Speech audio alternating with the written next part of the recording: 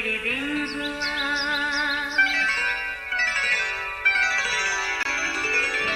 نیا پھر دن ہوا، پرانی رات کا کرے سو شکر ہم خدا کی ذات کا، خدا کی ذات کا نیا پھر دن ہوا۔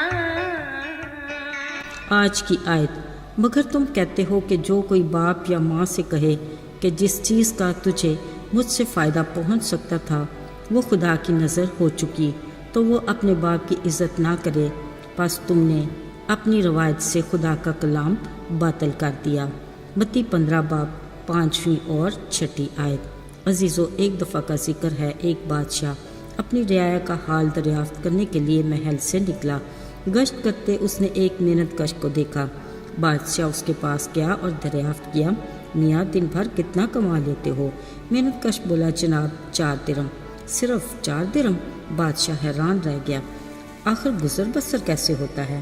محنت کش بڑے اطمینان سے بولا، 1 درم میرا اور میری بیوی کا، 2 درم میں قرض دیتا ہوں، 3 درم میں قرض اتارتا ہوں اور 4 درم میں دریا میں ڈال دیتا ہوں۔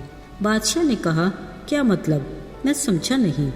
محنت کش نے مسکرا کر کہا، جناب 1 درم سے میں اپنی اور اپنی بیوی کی ضروریات کو پوری کرتا ہوں، 2 درم میں اپنی اولاد پر قرض کے طور پر لگاتا ہوں تاکہ وقت آنے پر وہ مجھے ادا کرتے رہیں، 3 درم میں اپنے والدین کا قرض اتارتا ہوں جو انہوں نے مجھ پر لگایا تھا، اور 4 درم میں خدا کے لیے نیکی کے کام میں لگاتا ہوں جو میری ذمہ داری ہے۔ یوں شکر گزاری سے میرا رب تھوڑے میں ہی میری ساری ضروریات کو پورا کر دیتا ہے۔ عزیزو، یہ ایک عام سے محنت کش کا کردار ہمارے لیے کتنا مثالی ہے، اور اس کی سوچ کا ہر زاویہ ہمارے لیے لمحہ فکر۔ ذرا سوچ کر بتائیے، کتنے شوہر اپنے جیون ساتھی کی ضروریات کو صدق کے دل سے پورا کرتے ہیں جس کا وعدہ انہوں نے خدا کے حضور میں کیا تھا۔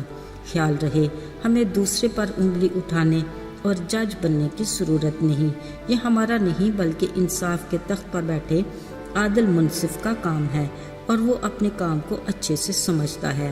یاد آیا، چند ماہ پہلے ایک جوان لڑکی سے ملنے کا اتفاق ہوا جو اپنے 3 اور 5 سالہ 2 بچوں کے ساتھ ملنے آئی۔ ان بچوں کے باپ کی خیریت پوچھی، وہ لڑکی بولی، بس کچھ نہ پوچھیں، لمبی داستان ہے۔ عزیزو، اس کے اس فکر نہیں خود اپنی وہ انکہی داستان بیان کر دی۔ سچ کہوں دل بے حد پریشان ہوا۔ قصہ مختصر، وہ بولی، شوہر کے پاس کوئی کام نہیں تھا اور نہ ہی وہ کرنا چاہتا تھا، آخر مجھے گھر کے اخراجات پورے کرنے کے لیے جاب کرنا پڑی، ساتھ 2 بچوں کی ذمہ داری بھی تھی۔ پھر شوہر نے باہر ملک جانے کا ارادہ کیا، اپنا زیور بیچا، پیسے جمع کر کے دیے۔ پھر ہوا یہ کہ پردیس سے صرف 6 ماہ پیسے بھیجے، آگے چپ سادھ لی۔ پتہ کیا چلا، حضرت نے دوسری شادی کر لی۔ کیا کہتی، صبر کرنے کے سوا چارہ بھی نہیں تھا۔ پھر اس نے ٹھنڈی سانس لی اور کہا، بس دعا کریں میں ان بچوں کی ذمہ داری کو اچھے سے پورا کر سکوں۔ عزیزو، ہر والدین کی ذمہ داری ہے کہ وہ اپنے بچوں کی اچھے سے پرورش کریں اور ان کی روحانی زندگی کے بارے میں بھی تعلیم دیں۔ یہ حکم خالق خدا کی طرف سے ہے اور اس کی ہدایت اس کے کلام مقدس میں واضح الفاظ میں ملتی ہے۔ اس طرح کے واقعات ہمارے گھرانوں میں اس وقت جنم لیتے ہیں جب جوان بچے اپنے عقیدے کو درگزر کرتے اور اپنی مرضی سے زندگی جینا چاہتے ہیں۔ یاد رہے، زندگی کی یہ ڈگر تشویشناک ہے اور انجام انتہائی خوفناک۔ ایسے حالات میں ہم والدین اور کلیسیا کو اپنا بھرپور کردار ادا کرنا چاہیے۔ عزیزو، جہاں والدین کی اولاد کے لیے ذمہ داری ہے جس کا ہر صورت حساب لیا جائے گا، وہاں اولاد کی بھی اپنے والدین کے لیے ذمہ داری ہے۔ اس کا حکم ہے، اپنے ماں اور باپ کی عزت کر تاکہ تیرا بھلا ہو اور تیری عمر دراز ہو۔ پر اگر اولاد اپنے والدین کو یہ کہے کہ جس چیز کا تجھے مجھ سے فائدہ پہنچ سکتا تھا وہ خدا کی نظر ہو چکی، اور والدین کی عزت نہ کرے، اولاد کا یہ رویہ خدا کے کلام کو بالکل باطل کر دیتا ہے۔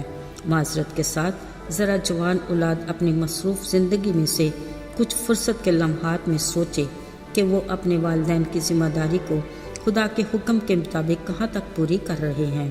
جبکہ خدا کی طرف سے ان کی بھلائی بھی اس میں ہے اور عمر کی درازی کا بھی وعدہ ہے۔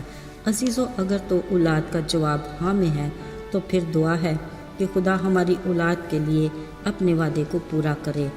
اگر کہیں کچھ کوتاہی ہے تو پھر خدا کے حضور والدین کے لیے اپنی ذمہ داری کو نئے سرے سے پورا کرنے کا وعدہ کرے۔ خدا کبھی بھی ایسی قربانی کو پسند نہیں کرتا جو والدین کا حصہ کاٹ کر دی جائے۔ یقینی طور پر ہم والدین خدا کی طرف سے اپنی اولاد کی بھلائی، عمر کی درازی ہی چاہتے ہیں۔ یاد رہے، خالق خدا نے بنی نوع انسان کو اپنی صورت و شبیہ پر بنا کر اپنا روح بھی عطا کیا۔ اب اس روح کے پھل کی تاثیر ہمارے کردار اور اخلاق میں ہونی چاہیے تاکہ ہم بطور مسیحی والدین اور اولاد ہونے کی حیثیت سے اپنی ذمہ داریوں کو سر انجام دینے کے ساتھ اپنے اہل ایمان کے ساتھ نیکی کر کے خدا کے نام کو جلال اور عزت دینے کا وسیلہ بنے۔ آئیے دعا کریں۔ آئے آسمان اور زمین کے مالک، کائنات کو بنانے اور چلانے والے خالق خدا، آج ہم جتنے بھی ہم تیرے حضور حاضر ہیں، توفیق عطا کر کہ ہم تیری دی ہوئی ذمہ داری کو احسن طریقے سے سر انجام دے کر تیری خوشنودی حاصل کر سکیں تاکہ برکت پائیں۔ یسوع کے بابرکت اور مبارک نام میں آمین۔